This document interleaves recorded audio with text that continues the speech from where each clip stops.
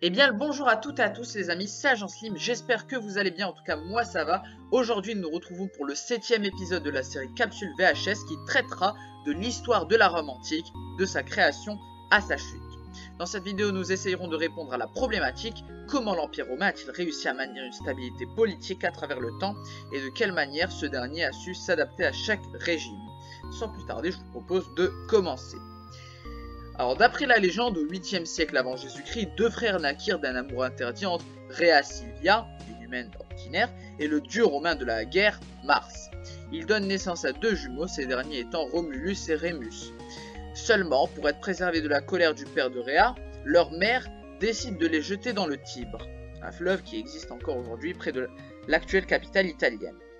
Ils sont transportés au long de la rivière et hurlant au fin fond de la péninsule italienne, ils sont entendus par une louve qui accourt et il leur vient en aide.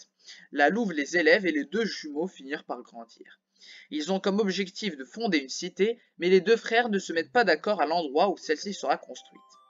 Ils se séparent et Romulus creuse un fossé délimitant l'endroit où se trouvera sa cité, et jure que quiconque le traversera succombera sous sa lame. Dans un air moqueur, Rémus désobéit et entraîna la colère de son frère qui le tua, faisant de Romulus l'unique roi de sa future cité, Rome. Donc c'est la légende qui entoure la création de Rome qui, d'après la légende, fut fondée par Romulus. Légende qui fut relatée de siècle en siècle. Alors il est important de rappeler que Rome à ce moment-là est un royaume, ok ? La première phase dont va passer Rome, premier régime politique, c'est une monarchie.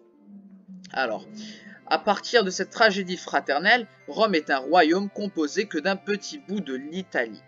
Se situant principalement dans la région du Latium, au 6e siècle, elle fut envahie par les Étrusques, une autre population locale italienne, qui bâtirent la grande muraille de la Rome royale. En moins 509, les Romains se réapproprient leurs terres et en renversant le dernier roi étrusque. La République est ainsi fondée. Donc dès que les Romains reviennent au pouvoir, la monarchie cesse et c'est le début de la République. Commence alors une grande expansion territoriale sur cette jeune République, appliquant une politique expansionniste. Les Romains soumettent rapidement les populations de l'Italie antique et s'emparent du sud complet de la péninsule. Seulement, dans la joie des réussites romaines face aux autres populations italiennes, au 3e siècle avant Jésus-Christ, Rome se heurte à une autre cité en pleine expansion territoriale, Carthage, se situant à ce moment-là dans l'actuelle Tunisie. C'est le premier grand défi des Romains. Les Carthaginois possédant l'actuelle Tunisie, la Sardaigne et la Sicile ainsi que la Corse, c'est l'occasion rêvée pour s'installer en Afrique, pour les Romains. Rapidement, Rome s'impose face à la puissance commerciale et s'empare des îles citées précédemment. La cité étant déjà connue pour sa puissance terrestre, s'impose comme puissance maritime. Entre moins 218 et moins 202, un général carthaginois du nom d'Hannibal souhaite prendre sa revanche et envahit le sud de la péninsule ibérique. Son plan est d'envoyer ses troupes vers l'Italie par le nord à partir de ses colonies et de semer la terreur au sein de Rome, en passant par le nord, en contournant. Malgré cela, la cité résiste et parvient à faire capituler les Carthaginois, leur cédant l'Espagne. Donc là, je le rappelle, au début, les Carthaginois ont tenté une stratégie navale en attaquant par la mer. Et cette fois-ci, sous le général Hannibal, ils ont décidé de tenter autrement via une voie terrestre, donc par le nord de l'Italie. Sans succès. En moins 146, Carthage devient une cité obsolète et dépassée, n'étant plus de taille à résister face à la République romaine. Ils sont annexés et en même temps Rome s'empare du sud de la Gaule ainsi que de toute l'Espagne et de tout le Portugal. Donc on voit déjà que Rome commence, sa politique expansionniste commence à donner des résultats plutôt favorables et Rome commence à construire son empire territorial. Alors, Rome étant une république à présent, elle a comme devoir d'organiser son empire de plus en plus grand.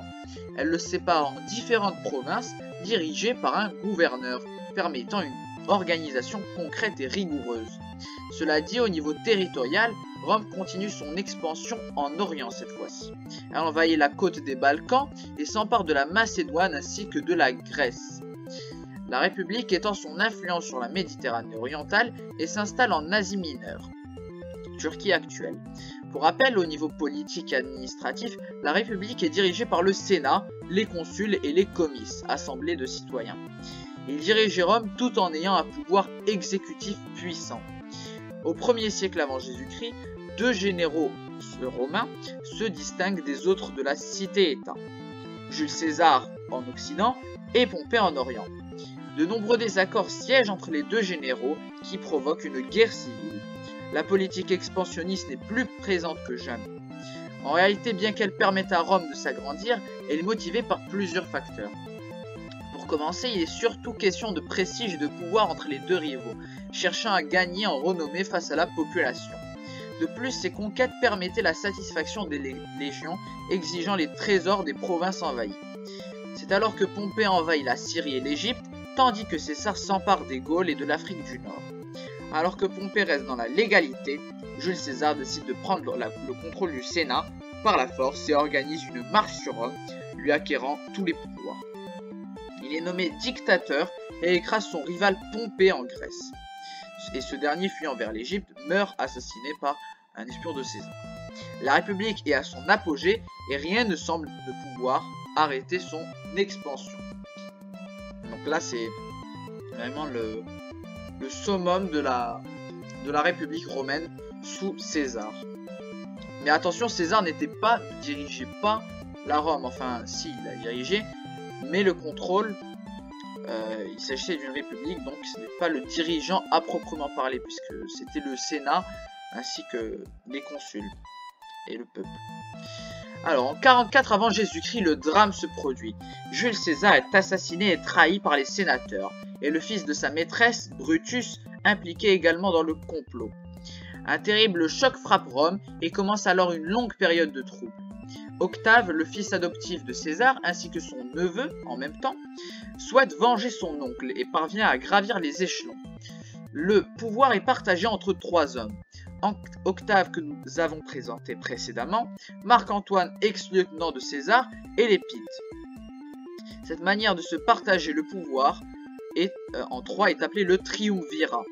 Ici, il s'agit du second, le premier étant celui entre César, Crassus et Pompée en moins 60. Octave a soif de pouvoir et décide de poursuivre les travaux de son oncle. Il n'aime pas Marc-Antoine et surtout Cléopâtre qui a donné un vrai fils à César, Césarion, qui risque de devenir l'héritier légitime de César. Alors qu'Octave cherche un prétexte pour attaquer Marc-Antoine, ce dernier part à la conquête de l'Égypte et est reçu par Cléopâtre qui le séduit. Marc-Antoine en oublie son objectif et tombe fou amoureux de la princesse égyptienne qui le corrompt.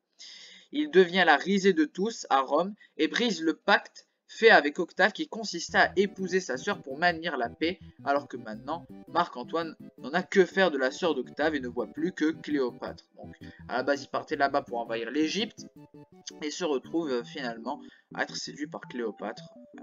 Il devient la risée de Rome. Là aussi, en réalité, Cléopâtre aurait séduit le lieutenant pour plusieurs raisons, puisque la motivation de l'Égyptienne était surtout d'obtenir un soutien de la part de Rome lui permettant de rester au pouvoir en Égypte. Car, pour rappel, César soutenait l'Égypte et soutenait du coup le pouvoir de Cléopâtre, alors qu'à la mort de César, ça va être un petit peu compliqué pour elle. Marc-Antoine n'est plus qu'une honte pour Rome et Octave décide de l'attaquer en Égypte. Il vainc son rival en moins 31 Actium et montre à Rome sa puissance stratégique et navale. Quant à l'Épide, le 3e membre cité du triumvirat, il s'était réfugié en Afrique laissant les 2 rivaux s'entretuer. Octave s'empare du pouvoir, on lui attribue plusieurs titres dont le titre d'impérator après sa bataille face à Marc-Antoine, le titre de César, un titre politique démontrant son lien de parenté avec Jules César, et surtout le titre d'Auguste, en moins 27, titre réservé qu'aux dieux, mais qui pourtant fut donné à Octave en raison de son lien de parenté avec César, qui lui-même, soi-disant, descendait de Romulus, qui lui-même encore avait un père dieu, tout simplement. Mars. D'après la légende. Alors, faisant d'Octave une sorte de dieu pour Rome. Le titre d'Auguste, qui devient son nouveau nom, lui donne également le pouvoir religieux et lui permet de devenir le premier empereur romain, instaurant l'Empire. Et c'est là où on va faire un petit rappel de tout ce qui s'est passé. Donc, Pour rappel, Rome fut fondée en moins 753 par Romulus, après la fameuse bataille avec son frère. Là commence une monarchie, les Étrusques s'emparent du pouvoir, s'emparent de Rome, construisent la muraille de la Rome royale, et les Romains reviennent au pouvoir en renversant le dernier roi étrusque et mettent en place la République, le nouveau régime. Donc voilà, expansion territoriale, et Jules César, vers le 1er siècle avant Jésus-Christ, étend la Rome en Occident, à l'ouest, en prenant les Gaules, l'Afrique, et Pompée de son côté, lui aussi un autre général, prend l'Orient. Mais César se débarrasse rapidement de ses adversaires et prend le pouvoir en quelque sorte. Mais il est assassiné en moins 44. Son fils, enfin son neveu Octave le succède. Et à son tour élimine les autres adversaires qui s'opposaient à lui, comme Marc-Antoine par exemple. Et c'est ainsi qu'il finit par devenir le premier empereur romain en instaurant l'Empire, puisqu'il est seul au pouvoir à présent. Il fait un petit peu ce qu'il veut. En ce qui concerne les territoires, au niveau territorial, on peut voir que l'Empire romain s'est approprié la totalité du bassin méditerranéen et forcément va conquérir les territoires qui lui restent à conquérir, tout simplement au nord ainsi qu'à l'est, sous les autres empereurs à venir, notamment Octave par exemple. Mais pour ce qui est d'Octave, qui est à présent Auguste, son nouveau nom, nous allons surtout nous intéresser aux symboles et à la semi-conservation de la République sous son régime, car oui. Alors, en grimpant au pouvoir, Octave, ou plutôt Auguste, s'attribue tous les titres. Il est symbolisé sur les pièces d'or avec la couronne de laurier, réservée aux généraux. Il est montré assis sur un siège curule réservé aux hauts magistrats de l'ex-république et se démarque comme le leges et l'ura popula romana restitut, le restaurateur des lois et des droits du peuple romain, se proclamant également consul. Auguste est un princeps pour le peuple, c'est-à-dire le premier de tous les empereurs, le premier citoyen de l'Empire romain. Le but d'Auguste en gardant ses symboles républicains mélangés aux nouveaux symboles impériaux est de conserver l'esprit de la République pour montrer que cette dernière n'a pas disparu. Il garde les symboles de son oncle Jules César en l'élevant au rang de Dieu et en rappelant que si Rome est ce qu'elle est, c'est principalement grâce à César. Son régime, conservant les institutions de la République, tout en conservant le principal du pouvoir entre ses mains, est appelé le Principat. Donc on retourne un peu en arrière. La période, donc il y a l'Empire, mais il y a aussi une sous-période au moment où Auguste était au pouvoir. Enfin voilà, Auguste. Et quand Auguste était au pouvoir, c'était une sous-période qui était appelée le Principat, mais qui était quand même dans l'Empire. Ensuite, son régime, ok. D'ailleurs, l'emblème républicain SPQR, Senatus Publius Romanius, voulant dire le Sénat et le peuple romain, est maintenu sous le nouvel empire qui justement garde ce symbole, montrant que la République n'a pas disparu et que l'essentiel de cette dernière gardé tout en l'améliorant. Voilà. Donc pour ce qui est du SPQR, on ne peut pas appeler ça un drapeau parce que beaucoup confondent, mais c'est surtout un emblème à ce moment-là. Un emblème républicain qui fut gardé sous l'Empire. Un empire en développement continu. S'il y a bien un point commun entre tous les régimes ayant traversé Rome, c'est que la politique expansionniste mise en place par Romulus à la fondation de Rome, au début de la fondation de la ville, est conservée au fil des siècles. Comme vu précédemment sous Auguste, l'Empire contrôle la totalité du bassin méditerranéen, mais continue à s'étendre en constance. C'est à partir du début de notre ère que l'Empire a continué son expansion, jusqu'en 117 où il atteignit une superficie de 5 millions de kilomètres carrés, comprenant 60 à 80 millions d'habitants. Ça peut paraître rien, puisque entre 60 et 80 millions d'habitants, c'est quasi la population de la France, mais à ce moment-là, on rappelle, on est quand même en 117. Donc au second siècle, à peine le 2e siècle, la population ne s'est pas encore bien développée démographiquement. Donc c'est quand même un nombre immense pour l'époque.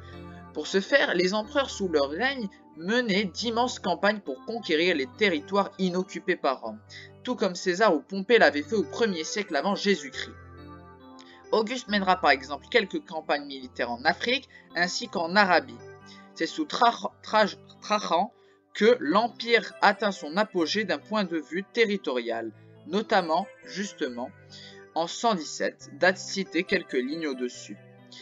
Là aussi, comme dit au début de la vidéo, les territoires acquis sont ensuite transformés en provinces dirigées par un gouverneur s'occupant du mini-État qui lui est attribué pour plus d'organisation.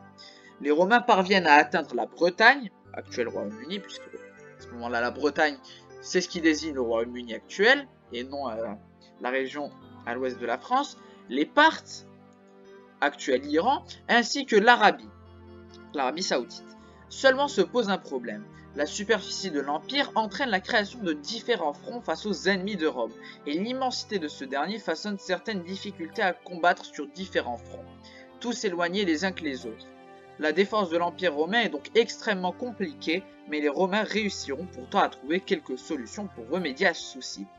Pour commencer, ils renforcent les frontières par des fortifications telles que des murailles ou autres longs champs défensifs bloquant les possibles ennemis. De plus, plusieurs camps de légionnaires sont installés pour surveiller et prévenir les attaques à venir et pour défendre leur position, les camps étant constitués de 6500 hommes à cette période. Rajoutez à cela le fait que l'empereur inspecte régulièrement les provinces pour veiller à la conservation d'un empire organisé et propre. Alors, passons maintenant à l'intégration des territoires conquis, car forcément, quand Rome conquiert un territoire, il ne va pas tout de suite s'adapter. Ou plutôt, c'est ce qu'on croit, nous le verrons maintenant.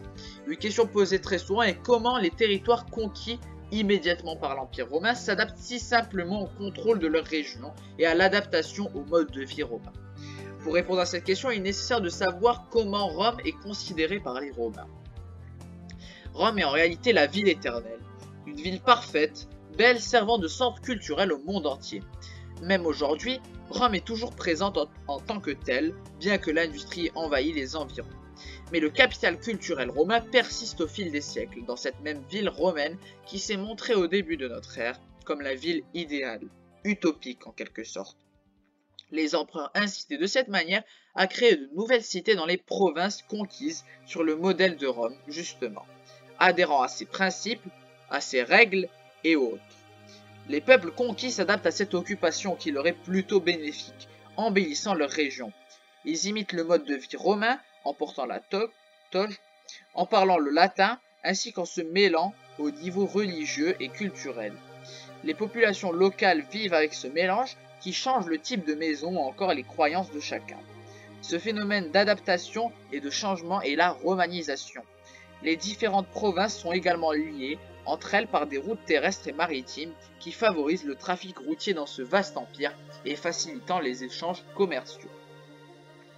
Là aussi d'un point de vue maritime ou terrestre. Une période de paix et de prospérité est alors mise en place petit à petit, favorisant la paix pour tous, le Pax Romana.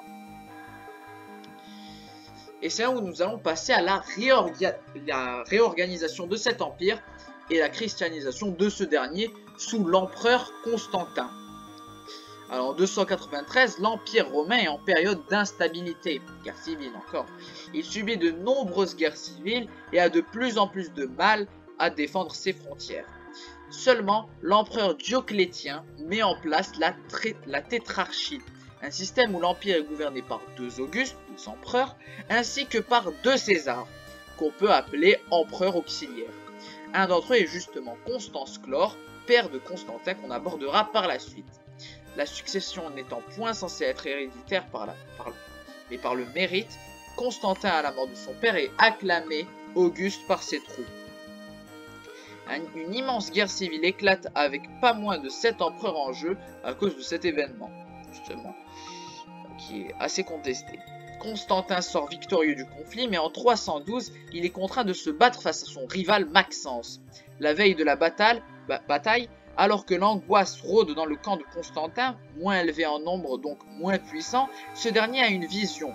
Dans le ciel, il croit apercevoir une croix se démarquant des nuages et pense apercevoir Jésus l'invitant à se mettre sous sa protection.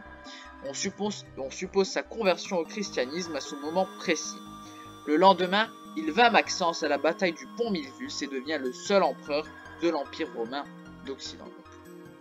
On peut observer sa vision ici, sur cette toile peinte représentant Constantin et ses troupes la veille de la bataille, observant la fameuse croix dans le ciel. Alors le christianisme avant 312 est une religion en plein essor, mais persécutée. Dioclétien, qu'on avait cité tout à l'heure, qui avait créé la tétrarchie, justement, se montre terriblement hostile à leur égard et lance une période de grande persécution. Bien avant le début de cette terreur, de cette purge en quelque sorte, les chrétiens furent martyrisés sans répit. Nombreuses sont les célébrités chrétiennes massacrées durant cette période, tout comme Blandine de Lyon, pour ne citer que la plus connue, qui, d'après la légende, fut épargnée par des lions lors d'une torture dans un amphithéâtre, mais qui mourra face aux sentences qui lui furent infligées, face à une foule assoiffée de sang. En somme, les chrétiens n'étaient pas la bienvenue à Rome. Néanmoins, malgré ces nombreuses humiliations, la religion se répand vite dans l'Empire. En ce qui concerne Constantin, après sa victoire face à Maxence, en 313, il rencontre Licinius, qui domine à ce moment-là l'Orient, Constantin l'Occident, vous l'avez deviné, pour éditer l'édit de Milan, qui autorise pour la première fois, en 313, rappelez-vous, la religion chrétienne au sein de l'Empire. Il rédige ce document par conviction religieuse, tout d'abord, pour obtenir le soutien politique des chrétiens, mais aussi pour garantir la paix au sein de l'Empire et rétablir le Pax Romana, brisé depuis la dernière guerre civile en date. En 324, Licinius déclare la guerre à Constantin, qui ressort victorieux de la bataille d'Antrinople, où Licinius est fait prisonnier. Il est exécuté par la suite, ce qui fait de Constantin le seul empereur romain de l'Empire. Donc là, il n'y a plus de tétrarchie ou autre chose, non, c'est le seul. Un an plus tard, en 325, a lieu le concile de Nicée, pour unifier la doctrine chrétienne et pour obtenir des appuis des membres de l'Église, papes, cardinaux, archevêques, etc. Certains hommes qui avaient un grand pouvoir avec Constantin à ce moment-là, en 325, le concile de Nicée. Il crée en même temps une hiérarchie au sein de l'Église. Finalement, Constantin utilise la religion chrétienne pour asseoir sa domination dans l'Empire. Il renomme la ville de Byzance, proche du Bosphore, de la Turquie, en Constantinople, connue aujourd'hui sous le nom d'Istanbul. Donc c'est pas Byzance, c'est Constantinople, à Istanbul, l'agrandissant et la rendant égale à la Rome impériale. Ah, voilà. Et c'est là où on arrive à la chute de l'Empire romain d'Occident en 476. Donc là, on part vraiment loin de Constantin, vers 476. À la fin du 5e siècle, les Huns, un ancien peuple d'origine asiatique, un ancien peuple nomade, débarquent en Europe, ou plutôt s'installent, voilà, on peut dire ça, en Europe du Nord, et poussent les peuples barbares du Nord, qui étaient peut-être destinés à être envahis par l'Empire romain, qui n'était toujours pas envahi, à descendre au sud, vers l'Empire romain. L'Empire étant divisé en deux, entre Occident possédant comme capitale Rome et l'Orient ayant comme capitale Constantinople, l'Empire est mis à mal. Des difficultés touchent l'Empire et au même moment, un climat rude s'installe. Des tribus barbares telles que les Wisigoths ou encore les Vandales s'attaquent à l'Empire qui assiste à sa destruction et à sa chute sans rien pouvoir y faire. L'Empire romain d'Occident décline en 476, laissant celui d'Orient se renommant Empire byzantin. Bien qu'il y ait une part de mystère dans sa chute, un État ayant pris des siècles à être bâti s'effondre. De Romulus jusqu'à César, en passant par les guerres civiles, puis par l'instauration de l'Empire par Auguste, en aboutissant à la christianisation de l'Empire par Constantin, l'Empire nous aura laissé un grand héritage derrière lui.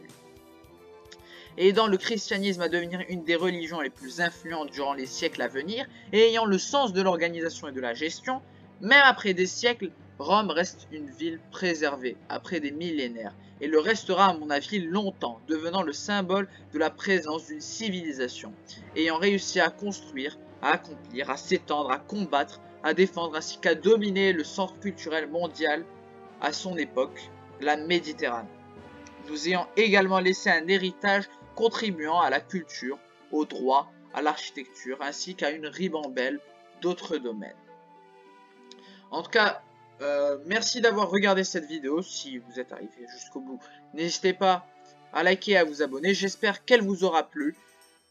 N'hésitez surtout pas également à commenter si vous avez une quelconque question.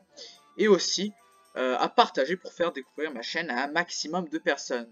En tout cas, je vous remercie et je vous dis à la prochaine. Portez-vous bien et ciao tout le monde!